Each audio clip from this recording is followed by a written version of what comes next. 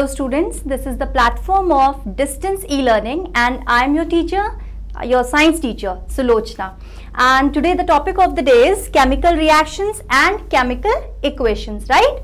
अब chemical reactions सबसे पहले हम टॉपिक डिस्कस करेंगे, चैप्टर का नाम डिस्कस करेंगे, क्या मतलब है केमिकल रिएक्शन। अब देखो बच्चों, तुम लोगों ने पीछे क्लासेस में 6th 7th में केमिकल चेंज, फिजिकल चेंजेस पढ़े हैं, है ना। तो फिजिकल चेंज क्या, जिसको तुम रिवर्स कर सकते हो, है ना। मैंने ये पेन की कैप खोली, वापस लगा दी, कैसा चेंज है, फिजिकल चेंज, ठीक है।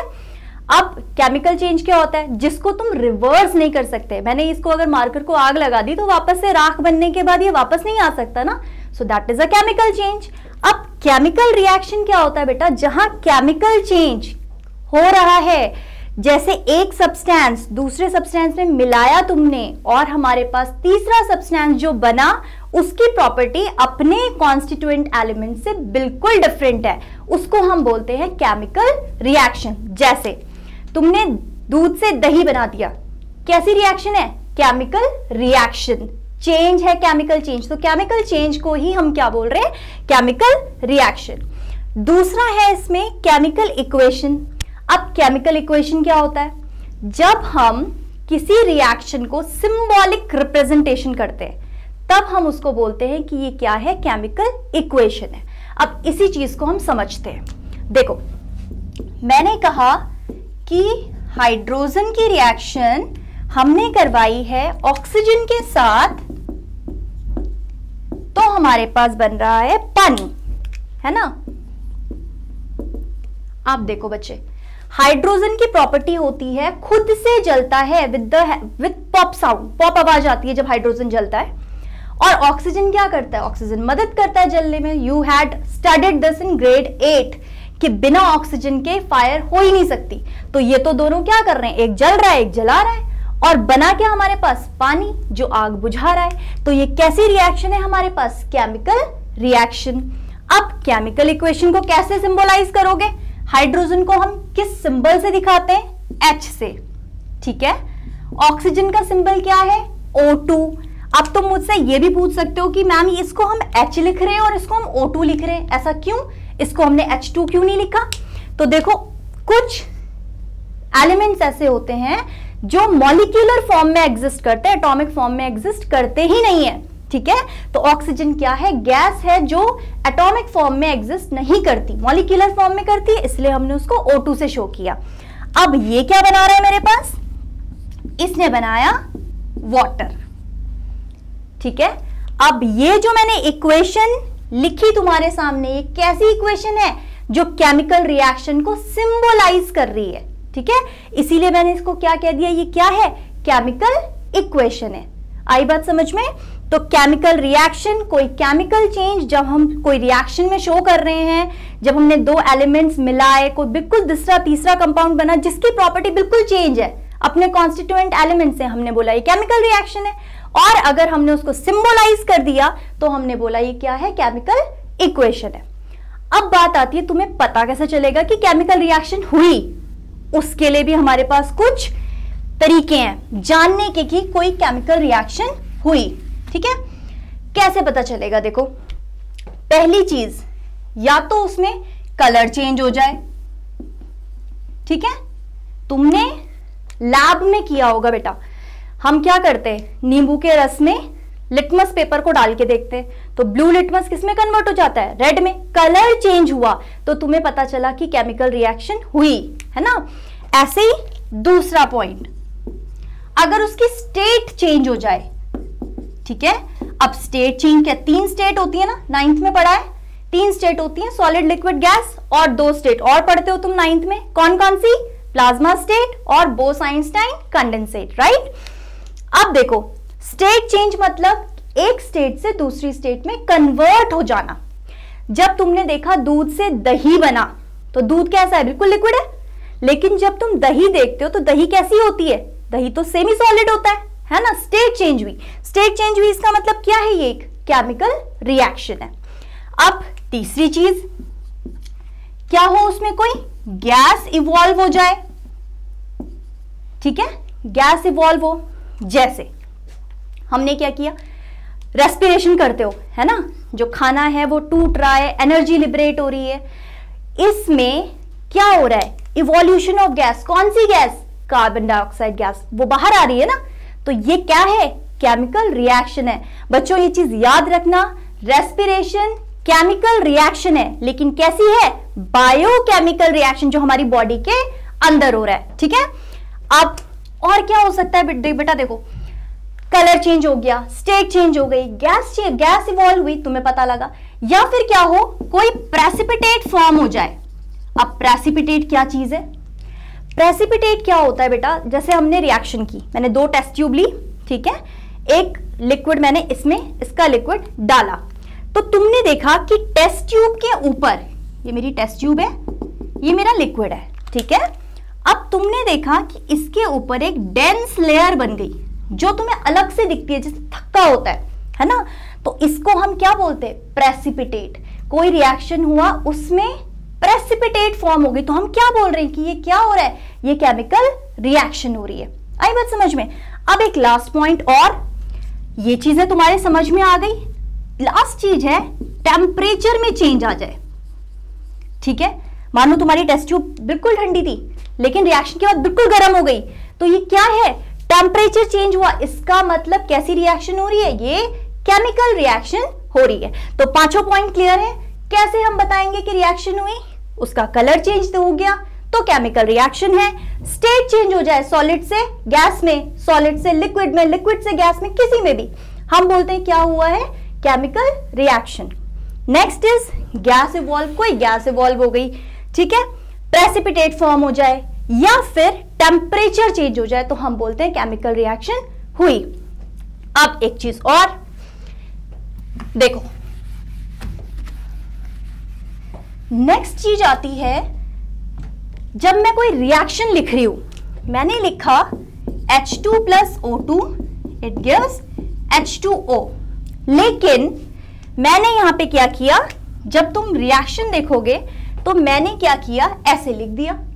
अब तुम ये पूछोगे कि मैम हाइड्रोजन तो H2 थी, ऑक्सीजन O2 थी, आपने H2O बनाया, फिर आप 2 और यहां पे 2 क्यों लिख रहे हो, क्यों लिख रहे हैं, इसका भी रीजन है। देखो, लेवोसियर जो साइंटिस्ट थे, उन्होंने बोला ना हम कोई मास क्रिएट करते हैं, ना ही तुम किसी मास को डिस्ट्रॉय कर सकते हो। तो जितने भी नंबर ऑफ मॉलिक्यूल्स यहां है तुम्हारे पास, एरो से पहले जितना भी एटम्स, मॉलिक्यूल जो भी प्रेजेंट है, उतना ही तुम्हारे पास प्रोडक्ट बनने के बाद होता है। वो कहीं भी रिएक्शन में इधर उधर नहीं गया, उसने यहीं रहना है। इसीलिए हमें क्या करना पड़ता है, रिएक्शन को बैलेंस करना पड़ता है। Very important topic in your syllabus, balancing of a chemical equation, right.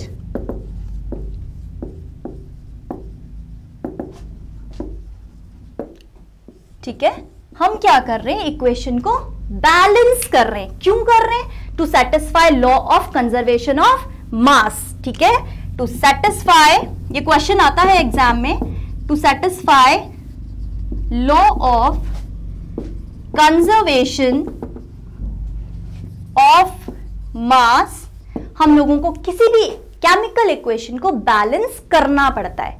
आई बात समझ में। अब हम सीखेंगे कि ये बैलेंसिंग हम कर कैसे रहे। उसको जानने से पहले ये चीज याद रखो, जो भी एरो के पहले होता है, इसको हम क्या बोलते हैं, रिएक्टेंट। आई बात समझ में। और जो तुम्हारे पास यहां होता है, 2 होंगे तो 2 प्रोडक्ट होंगे, अगर एक है तो ये भी क्या है, तुम्हारा प्रोडक्ट है। ठीक है, जो एरो से पहले है वो रिएक्टेंट है, जो तुम्हारा एरो के बाद बना वो हमारे पास क्या है, प्रोडक्ट है। ठीक है, अब हम सीखते हैं कि बैलेंस कैसे करते हैं किसी इक्वेशन को। ठीक है, इसको बहुत ध्यान से समझेंगे, क्योंकि ये एग्जाम में तुम्हें आगे भी काम आता है, और 11th 12th में तुम्हें कोई बैलेंसिंग नहीं सिखाता, हमें इक्वेशन ही बैलेंस लिखनी होती है। ठीक है, अब देखो, मैंने तुम्हें एक इक्वेशन दी, ये N2 क्या है बताओ, नाइट्रोजन। ठीक है, H2 क्या होता है, अभी किया था हमने, क्या होता है ये, हाइड्रोजन। ठीक है, और बना क्या मेरे पास, प्रोडक्ट क्या है मेरे पास, NH3। NH3 होता है अमोनिया, राइट। अब देखो कैसे हम बैलेंस करते हैं। पहले मैंने लिया लेफ्ट हैंड साइड, मेरा रिएक्टेंट, और लूंगी मैं राइट हैंड साइड। ठीक है, लेफ्ट हैंड साइड पे मेरे पास नाइट्रोजन कितनी है, 2 है, और हाइड्रोजन कितनी है, ये भी मेरे पास 2 है ना। राइट हैंड साइड पे मेरे पास नाइट्रोजन कितनी है, यहां पे तो 1 है, और हाइड्रोजन कितनी है, 3 है। अब देखो यहां की एक नाइट्रोजन यहां कहां गायब हो गई, हो नहीं सकती। यहां हाइड्रोजन 2 है, वहां 3 हो गई है, ये भी पॉसिबल नहीं है। तो हमें इसे बैलेंस करना होता है। अब एक चीज और बच्चे, बैलेंसिंग के लिए कोई तुम्हारे पास फॉर्मूला नहीं है, इसमें सिर्फ हिट एंड ट्रायल होता है। तुमने सब्जी वाले को सब्जी तोलते देखा है, उसको कैसे पता हो, उसे पता होता है कि जब हमने जो वो अपना वेइंग ग्राम्स रखता है या केजी में जो अपना बाट रखता है, उसमें क्या वो पता होता है उसे कि मैंने 5 सेब डालने हैं या मुझे 5 ही ऑरेंजेस डालने हैं। वो भी क्या करता है, हिट एंड ट्रायल ही तो करता है, डालता है फिर निकालता है, डालता है फिर निकालता है। हम भी ये चीज करते हैं। ठीक है, तो हम हमेशा स्टार्ट करते हैं छोटे नंबर से। एक चीज और याद रखोगे, क्योंकि ये एलिमेंट है, इसकी मल्टीप्लाई तुम किसी भी नंबर से कर लो, आराम से कर सकते हो। लेकिन यहां पे क्योंकि ये प्रोडक्ट है, जिस नंबर की मल्टीप्लाई नाइट्रोजन से होगी उसी नंबर की मल्टीप्लाई हाइड्रोजन से भी होगी। जैसे घर में भाई बहन होते हैं ना, तो क्या होता है, अगर एक भाई को चॉकलेट मिली है तो दूसरे को भी मिलेगी, वरना यहां तो महाभारत होगी, है ना। तो क्या होगा, हमें दोनों को देना पड़ेगा। अब मैं क्या करूं, यहां पे नाइट्रोजन 2 है, मैं चाहती हूं यहां पे भी नाइट्रोजन 2 हो जाए, तो मुझे क्या करना पड़ेगा, देखो मुझे इसकी मल्टीप्लाई 2 से करनी पड़ेगी। लेकिन क्योंकि ये तो कंपाउंड है, भाई बहन है, तो इसकी मल्टीप्लाई भी 2 से होगी।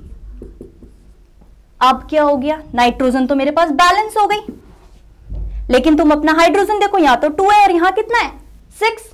अब मुझे अगर हाइड्रोजन को 6 करना है तो 2 के टेबल में 6 कितनी बार आता है, 3 बार आ गया 6। अब दोनों को कंपेयर करो, यहां पे नाइट्रोजन 2, यहां पे भी नाइट्रोजन 2, यहां हाइड्रोजन 6, यहां पे भी हाइड्रोजन 6। अब ये मत सोचना कि यहां पे मल्टीप्लाई 3 से किया तो यहां क्यों नहीं किया, क्योंकि ये दोनों अलग अलग फैमिली है, ये अलग है, ये अलग है, बीच में प्लस का साइन है ना, तो इसीलिए हमने सेम एलिमेंट को मल्टीप्लाई नहीं किया है। वो कंपाउंड था इसलिए मल्टीप्लाई हुआ था। ठीक है, अब देखो जो हमने यहां किया वो हमने यहां लिख देना है। नाइट्रोजन में मैंने कोई चेंज नहीं किया तो छोड़ दो उसे। हाइड्रोजन को मैंने 3 से मल्टीप्लाई किया, जिससे मल्टीप्लाई करते हैं उसको एलिमेंट के आगे लिखना होता है। कभी भी यहां पे हम कुछ नहीं बना सकते, क्योंकि ये उसके एटॉमिक या मॉलिक्यूलर फॉर्म है, उसको तुम टच नहीं करोगे किसी भी कंपाउंड में। अब यहां देखो, यहां मैंने मल्टीप्लाई 2 से किया था, तो मैं 2 यहां लिखूंगी। यहां कभी भी 2, 3, 4 कुछ नहीं लिखेंगे, क्योंकि ये क्या है, कंपाउंड, और अगर तुमने यहां टच कर दिया तो ये कुछ और ही बन जाएगा। आई बात समझ में, तो तुम यहां पे नहीं छेड़ोगे। ठीक, आ गया समझ में। अब देखो कंपेयर कर लो, दोनों side it is equal, right. एक और रिएक्शन करके देखते हैं ताकि तुम्हें बिल्कुल क्लियर हो जाए। देखो